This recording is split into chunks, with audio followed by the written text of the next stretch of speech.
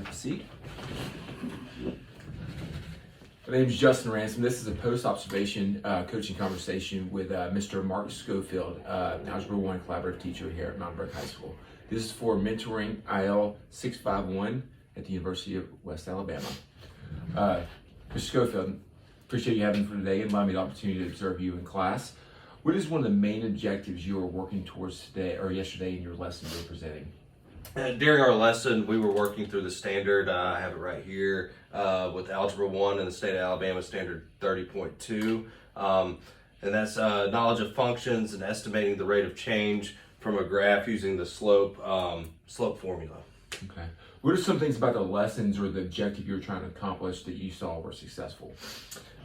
As a collaborative teacher working with the math teacher in the class, being able to, review the formula from the previous night in the homework with the examples that really helped the students in the classroom, and then moving on to higher levels through that process. Once examples were explained that weren't shown in the class, really helped, and also with the real world application using the slope formula helped with their understanding through that standard. Well, you mentioned understanding. Do you have specific data or anything you used beforehand? I know you were sharing with some earlier. Yeah. Any specific data you used to help build that lesson? Yeah, so we do 2 grade checks for understanding per week to evaluate, how our students are on our caseload and in the Algebra 1. I have it right here, 3 to 5 question checks, and we, as a department, we use a kind of a color code. Green being 90% successful, yellow 75, and red 60 or below. So kind of, if it comes on other teachers in our department, they kind of know our color code system. Okay, so you use that color code to kind of reteach and go back whenever students are not having success? Yeah, especially with the red and the yellow, we definitely go back and reteach, visit some of the problems that they're having in that class at Algebra 1. I noticed when I was in there observing too, you spent the first few minutes of the class kind of covering the previous day's material, asking for questions for homework.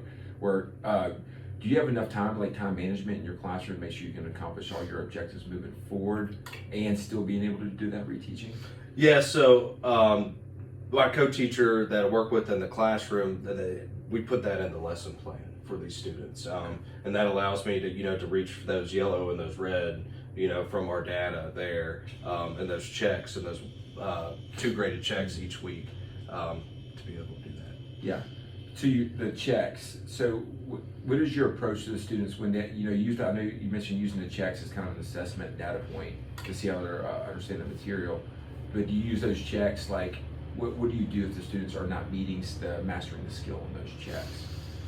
If they're not mastering the skills, we have to go a little bit further into, more examples, more explanation of the of the lesson that's being taught that day. But kind of what you don't get to see on your observation is we go back and assign my Math on Excel lessons that are pertaining to each lesson. If they maintain that red and that yellow check each week, typically we assign 1 to 2 days of math lab between quizzes and formal assessments for those students, and that's tended to help them in their assessments. Great. I did notice too in your class, it is a collaborative class within there, and I remember several students mentioned, finishing and getting help and resources, stuff like that. There is a lot of differentiation levels you have in there.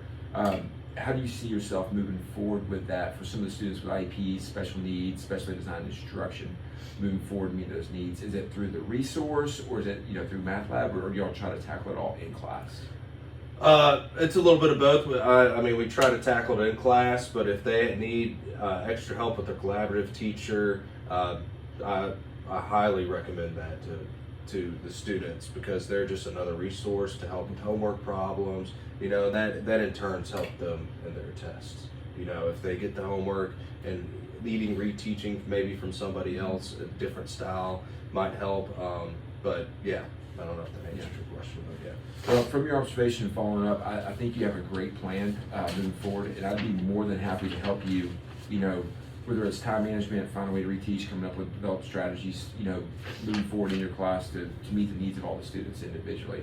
Because I think you're doing a great job, and moving forward, I'd love to have this conversation again down the road. Okay. So, thank you for your time. All right.